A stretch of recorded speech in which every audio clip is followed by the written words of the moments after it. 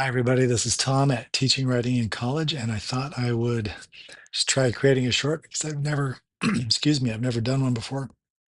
And I thought I would give you just quick behind the scenes about the podcast, Teaching Writing in College. So, believe it or not, this is what makes the magic happen. This is the computer that I use to record the podcast. This is a Raspberry Pi. And if you haven't heard of these before, they're small computers. They're about the size of a credit card, as you can see here. And this is the one that I used to start the podcast. It was given to me by a friend. And I'm kind of a technology enthusiast. And so all I did was get the Raspberry Pi or I had the Raspberry Pi. And so I got a microphone uh, to go with it. And since then, I've mostly been using or doing the podcast on these, but I also have upgraded.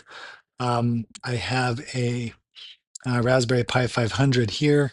It's the same thing, except it's in a case and it's the next generation. It's in a keyboard case and it's the next generation after this one. This is a Raspberry Pi 4. I'm going to put this in line. So I have a lot of these. Here, this is a Raspberry Pi 500. This is what I use most of the time now. This is a Raspberry Pi 5, which is the same generation. It just doesn't come in a keyboard.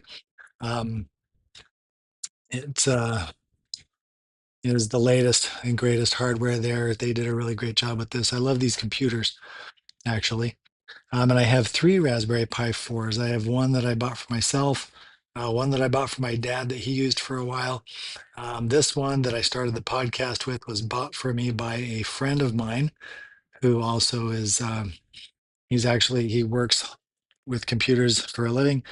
This is a Raspberry Pi 3, and I like it quite a bit as well. This is the first one that I used to teach online, the first Raspberry Pi. I was able to do messages and stuff with that online. This is a Raspberry Pi Zero. It's half the size of the other ones. It's good for little projects.